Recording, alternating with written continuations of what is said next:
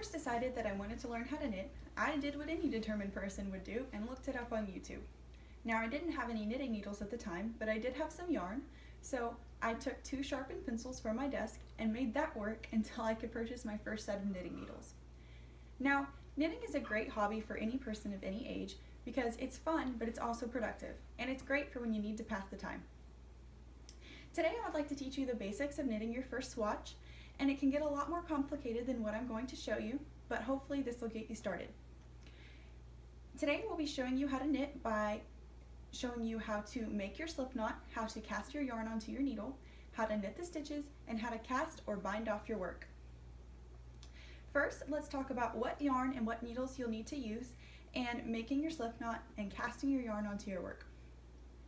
Making your slip knot is the first step to knitting, but before we make our knot, you need to make sure that you know what needles to use and what yarn. Needles come in a variety of sizes and styles, such as circular, double pointed, and straight, and their sizes range from a US 0 to a US 50. Yarn, which is really varied, varies in thickness, weight, and material. Therefore, it's important that you pick the right yarn for the right needles, according to the Craft Yarn Council from 2009. Now that you know what yarn to use, you can make your slip knot. You can take your yarn directly off the ball, or you can cut a length beforehand, which is what I have done today.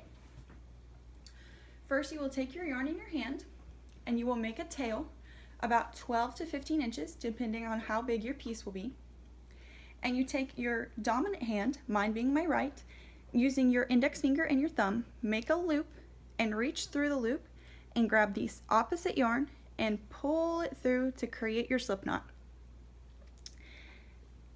To cast your yarn onto your needle, take one of your knitting needles and slide this loop about halfway down and then cinch it on tight so it doesn't slide off. Hold this tightly so that the yarn doesn't slide, and in your non-dominant hand, you grab the yarn, the tail, and the working yarn with your bottom 3 fingers. Separate the yarn using your index finger and your thumb. Now take the tip of the needle that's in your dominant hand and you go under the yarn by your thumb, over the yarn by your index finger, and back through the yarn by your thumb. Then you pull this tightly and release it. This is one more stitch cast onto your needle. I will repeat this several times so that you can see. The number of stitches that you cast onto your needle will determine the basic width of your swatch or your project. Today I'm only going to do about 6 or 7 because it will be faster, but if you would like your swatch to be bigger, you can definitely add more. Okay, these are your stitches cast onto your needle. Now that I've talked about casting on and your slip knot, to do your knit stitches, you will take both of your needles and hold them one in your dominant hand and one in your non-dominant hand.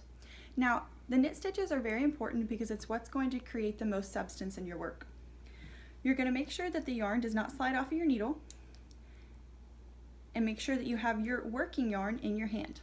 You're going to take the needle that's in your dominant hand that doesn't have any yarn on it, and you're going to poke the tip of the needle through the bottom of the loop that's in the needle on your non-dominant hand. Then, using either hand, it doesn't matter, you're going to wrap the yarn around the tip of the needle and pull this yarn through the loop using the needle in your dominant hand.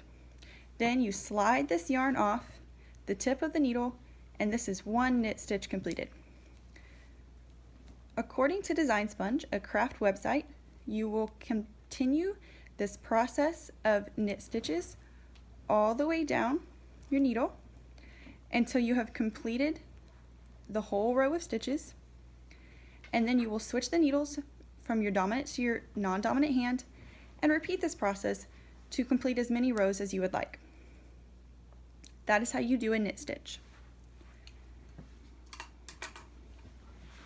Now that I've shown you how to do knit stitches, I will show you how to cast or bind off your work.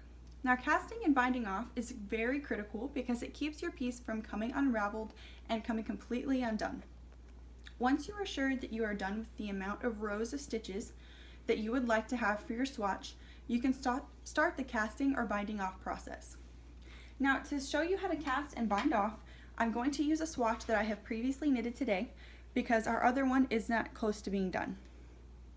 So you hold the needles in your hands as if you were going to knit another row of regular knit stitches, but you start by only knitting 2 regular knit stitches.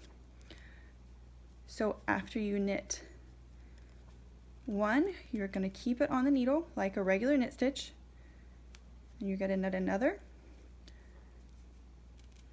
But instead of continuing, you're going to take the needle in your non-dominant hand and you're going to take that first loop that you just knitted and stick it in this first loop.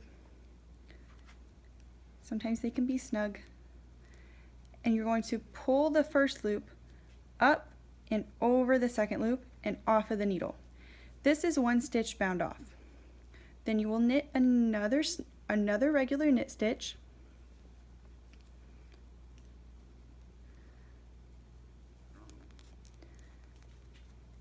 like so, and repeat the process of pulling the first loop up and over the second and off of the needle. You continue this process all the way down until all of your loops have been bound off and your swatch is completed. According to Craft Yarn Council, if you have a long tail at the end, you can snip it short enough that way you can weave it into your swatch so that it is hidden. In conclusion, you have learned everything that you need to know to get going on knitting your first swatch. What I have shown you is just the basics of the world of knitting, and it can get a lot more complicated with methods and styles, but I hope that this gives you a good start.